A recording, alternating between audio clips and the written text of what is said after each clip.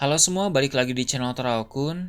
Sebelum pembahasannya dimulai, silahkan klik tombol subscribe dan aktifkan lonceng notifikasinya supaya kalian gak ketinggalan info dan teori terbaru seputar One Piece. Buat kalian yang mau informasi tambahan soal SBS atau databook, kalian bisa follow Instagram Teraokun. Di sana admin akan memposting soal SBS, databook, dan berbagai teori singkat. Sekarang lanjut ke pembahasan. Abad kekosongan terjadi sekitar 800 tahun yang lalu, dan sampai saat ini masih ada banyak sekali misteri terkait abad tersebut. Pemerintah dunia selalu berusaha menutup rapat tentang abad kekosongan, sehingga hal tersebut tetap menjadi tanda tanya publik. Namun, kita telah mengetahui sedikit tentang abad itu. Dalam abad kekosongan, terjadi perang antara kerajaan kuno melawan aliansi 20 kerajaan. Pemenang perang tersebut adalah aliansi 20 kerajaan, sehingga mereka bisa mendirikan pemerintah dunia. Kita juga tahu bahwa dalam abad kekosongan ada tokoh-tokoh penting yang memiliki peran besar. Salah satunya adalah tokoh legendaris yang disebut sebagai Joy Boy. Joy Boy sekarang ini memang telah mati, namun pada masa ini Joy Boy memiliki seorang penerus. Tidak hanya Joy Boy saja, bahkan beberapa tokoh penting lain dalam abad kekosongan juga memiliki penerus-penerus mereka. Para penerus itu akan melakukan aksi besar-besaran pada era sekarang, dan mereka akan berperan penting untuk mengembangkan pemerintah dunia. Dengan begitu, maka kemunculan dari para penerus tokoh-tokoh penting abad kekosongan itu akan menjadi mimpi buruk bagi pemerintah dunia, terlebih khusus bagi Im Sama.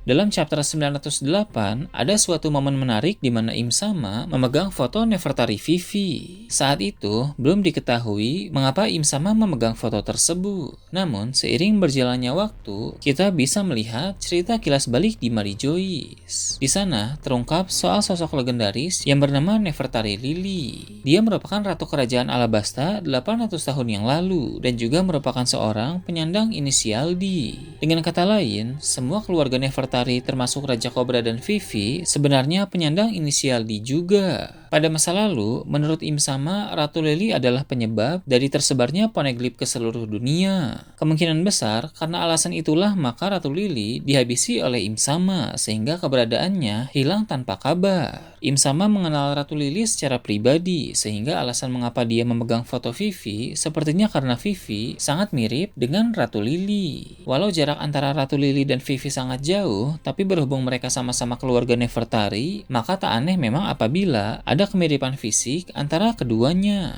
Vivi sebagai penerus Nefertari Lily akan melakukan berbagai hal besar yang juga berdampak buruk bagi pemerintah dunia. Salah satu hal yang akan Vivi perbuat adalah membongkar eksistensi dari Im Sama. Seperti yang kita tahu, Wapol telah melihat sosok Im Sama dan bentuk perubahan para Gorosei. Sekarang, Wapol sedang bersama dengan Vivi di tempat Morgan. Kemungkinan besar, Wapol sudah menceritakan kepada Vivi soal sosok misterius yang dia lihat itu. Vivi pun akan menjadi tahu bahwa ada pemimpin tertinggi dalam pemerintah dunia yang dirahasiakan dari publik. Dia dan Wapol akan menceritakan itu kepada Morgan, sehingga Morgan akan mencetak berita tentang eksistensi dari Im Sama. Selain itu, Vivi tentu masih akan melakukan berbagai hal lain dalam perlawanannya kepada pemerintah dunia.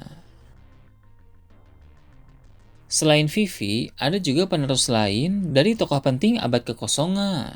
Tentu kita tahu bahwa dia adalah Luffy, sang penerus Joy Boy. Joy Boy bukan nama dari seseorang, melainkan semacam julukan atau gelar. Luffy dan Joy Boy yang lama memiliki satu kesamaan. Mereka berdua sama-sama pengguna buah iblis itu Hitonomi model Nika. Joy Boy yang lama adalah orang yang meninggalkan harta legendaris One Piece di Pulau Laftel.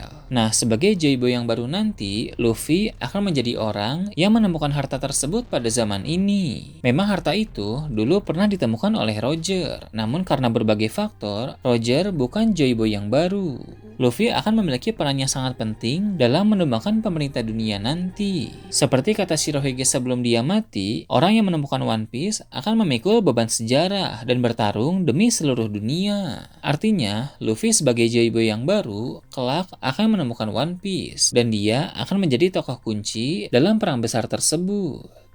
ada juga penerus lain dari tokoh penting dalam abad kekosongan. Orang itu adalah Shirahoshi yang merupakan senjata kuno Poseidon. Seperti yang kita tahu, senjata kuno Poseidon bukan sebuah benda, melainkan makhluk hidup. Dia adalah putri duyung yang muncul sesekali dalam suatu masa. Shirahoshi adalah Poseidon pada masa ini. Namun pada zaman dulu pada abad kekosongan, ada Poseidon lain yang sepertinya merupakan Poseidon pertama. Shirahoshi adalah penerus dari Poseidon pertama itu.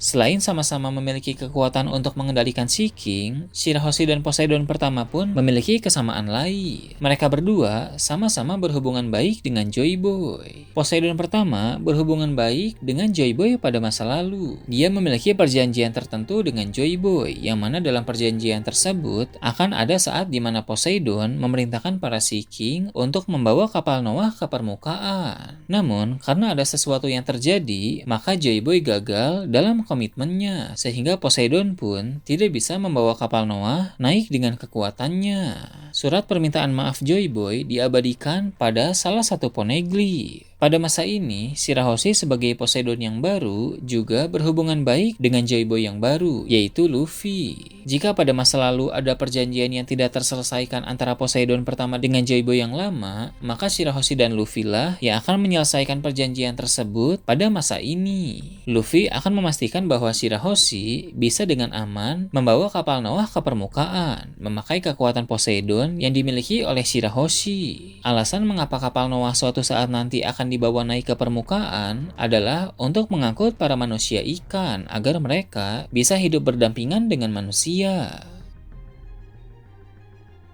Selanjutnya, penerus dari tokoh penting lain dalam abad kekosongan adalah Momonosuke. Dia adalah penerus dari leluhur keluarga Kozuki. Leluhur Kozuki tentu memiliki hubungan yang baik dengan kerajaan kuno, sehingga dia bisa dianggap sebagai salah satu tokoh berpengaruh dalam abad kekosongan. Alasan mengapa Momonosuke adalah penerus dari leluhur Kozuki, sebab Momonosuke adalah orang yang mampu memerintah Zunisha. Kemampuan tersebut merupakan warisan dari leluhur keluarga Kozuki yang hanya didapatkan oleh Momonosuke saja. Bahkan, anggota keluarga Kozuki hebat seperti Oden sekalipun diketahui tidak memiliki kemampuan untuk memberikan Zunisha perintah. Oden hanya bisa mendengar suara dari Zunisha, sama halnya dengan Roger dan Luffy. Itu karena mereka memiliki kemampuan untuk mendengar voice of all things. Namun, yang bisa memberi Zunisha perintah hanya Momonosuke saja. Sebagai penerus dari leluhur Kozuki, Momonosuke nanti akan memiliki peran yang besar dalam pertempuran melawan pemerintah dunia. Dia akan memerintahkan Zunisha untuk mengevakuasi para budak di Marijois. Belalai Zunisha sepertinya bisa mencapai Marijois, sehingga orang-orang bisa kabur melalui belalai tersebut. Momonosuke juga tentu akan memerintahkan Zunisha untuk melancarkan serangan kepada musuh. Kapal-kapal pemerintah dunia dan angkatan laut yang mereka temui bisa langsung dimusnahkan oleh Zunisha.